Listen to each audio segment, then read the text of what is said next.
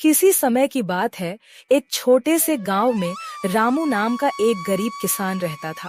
उसकी ईमानदारी और सच्चाई पूरे गांव में मशहूर थी। रामू के पास खेती के लिए थोड़ी सी जमीन और एक पुराना बैल था। वह दिन रात मेहनत करता था, लेकिन अपनी गरीबी के कारण बड़ी मुश्किल से परिवार का पेट भर पाता था। गांव के मुखिया ठाकुर साहब एक धनी और कठोर व्यक्ति थे। वे गरीबों की मदद करने के बजाय उनका शोषण किया करते थे। रामू हमेशा उनसे दूर रहने की कोशिश करता था, क्योंकि उसे मालूम था कि ठाकुर साहब की नीयत कभी अच्छी नहीं होती। एक दिन रामू अपने खेत में काम कर रहा था। अचानक उसे जमीन खोदते समय एक चमकती हुई चीज दिखाई दी। उसने ध्यान से देखा तो वह एक पुरानी तिजोरी थी। तिजोरी के अंदर सोने के सिक्के और गहने भरे हुए थे। रामू की आंखें चमक उठी।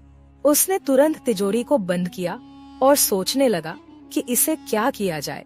रामू की ईमानदारी ने उसे तिजोरी अपने पास रखने से रोक दिया। उसने सोचा, यह खजाना मेरा नहीं है, यह गांव का हो सकता है या किसी और का। मुझे इसे मुखिया के पास ले जाना चाहिए। रामू तिजोरी को लेकर ठाकुर साहब के घर गया और पूरी ईमानदारी से उन्हें सब कुछ बता दिया। ठाकुर साहब ने तिजोरी देखते ही अपने मन में लालच भर लिया। उन्होंने सोचा, अगर यह खजाना मेरे पास आ जाए तो मेरी संपत्ति और बढ़ जाएगी। उन्होंने रामू से कहा, तुमने अच्छा काम किया, लेकिन इस तिजोरी के बारे में किसी और को मत बताना, यह अब मेरी जिम्मेदारी है। रामू ने सिर हिलाया और वहाँ से चला गया।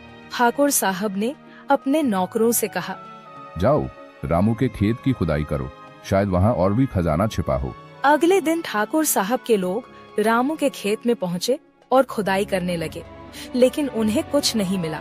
इससे गुस्से में आकर ठाकुर साहब ने रामू पर आरोप लगाया कि उसने तिजोरी में से गहने चुरा लिए हैं। उन्होंने पंचायत बुलवाई और रामू को सबके सामने शर्मिंदा करने की ठानी। पंचायत में ठाकुर साहब ने अपनी बात रखते हुए कहा, रामू ने जो तिजोरी मुझे सौंपी थी उसमें से कुछ गहने गायब हैं।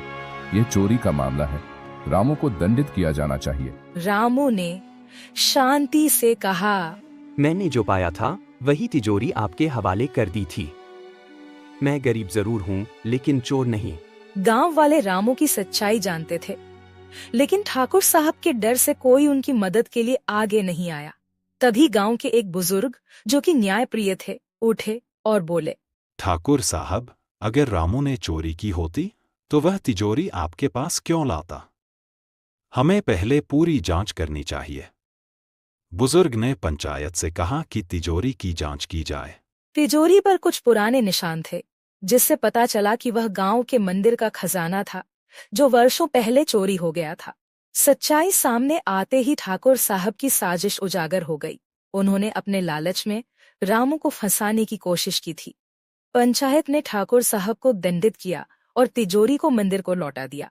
रामू की सच्चाई और ईमानदारी ने उसे न केवल गांव वालों का सम्मान दिलाया, बल्कि पंचायत ने उसे मंदिर के रखरखाव की जिम्मेदारी भी सौंपी।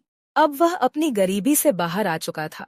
यह घटना पूरे गांव के लिए एक शिक्षा बन गई कि सच्चाई और ईमानदारी ही सबसे बड़ा धन है।